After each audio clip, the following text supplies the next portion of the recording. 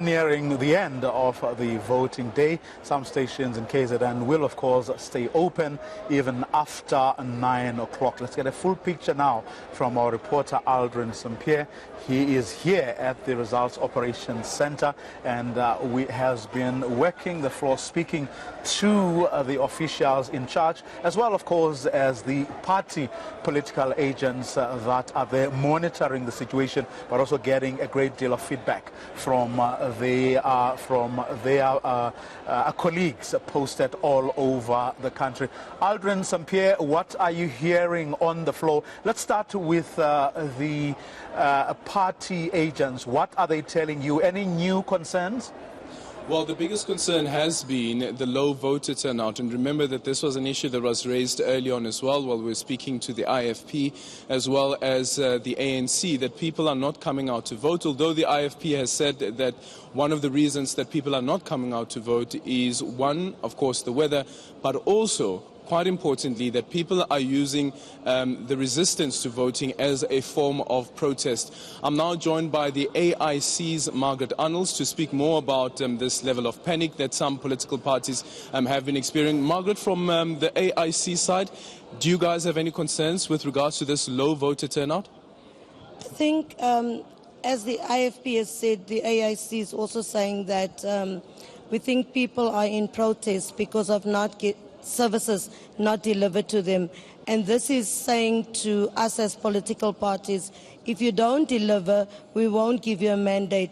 But people must also remember that if you don't go out there and vote, then you cannot complain because you've given no one a mandate to do something on your behalf. But I think it is a great concern, and also the concern that our young people have really not come out in their numbers to register or to vote. Another issue is, of course, the polling stations that have not opened. The last update that we got from the IEC was that about 5 polling stations not opened by the time that press briefing happened, which was around about 5 o'clock. Concerns from your side, and what information are you getting from your party agents? Well, the issue of the voting stations not opening, that is a great concern, I think, for all of us, because that would also add up to the low voter turnout. Because I think if 5 voting stations has not opened up, I mean, how many people are not voting? And we want everybody to come out and vote. Our party agents are saying to us that they also have a concern with their stations that has not opened up, because even those party agents that are supposed to go to those voting stations have not voted, because we remember that earlier on the CEO spoke about Section 24. And Section 24 is giving us a hell of a lot of confusion, and also the issue with the ink. Sorry, can you just explain that Section 24 for us? Well, Section 24, if you are not registered at a voting station, but you are in the province, then you get both your ballots, but you have to fill in a form before you can vote at that voting station. Okay, and what's the concern there?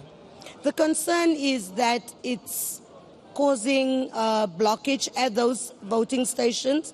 60,000 forms had to be printed earlier on. That was like 2 o'clock when we went, 3 o'clock when we went into a meeting, and they were going to print 10,000 again, meaning that the queues will be long at some voting stations, and you cannot even send them somewhere else because those stations has not even opened up. Earlier on as well, you had the meeting with the various political parties, the PLC meeting, some concerns that were also raised there. Are you confident that the IEC will be able to resolve these? Well, the AIC has always had confidence in the IEC, but this time it seems like the IEC is really dragging their feet, and it's like nothing is happening. We hope that before 9 o'clock they could have resolved all the issues.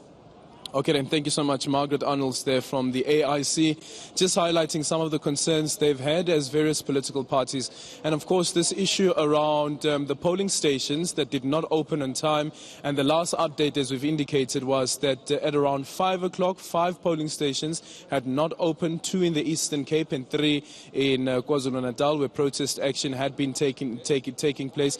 What recourse will the IEC put in place, considering that some people may feel that they have been disenfranchised, to ensure that they participate in this democratic process of deciding who becomes the government? Well, thank you very Aldrin much. Sampear.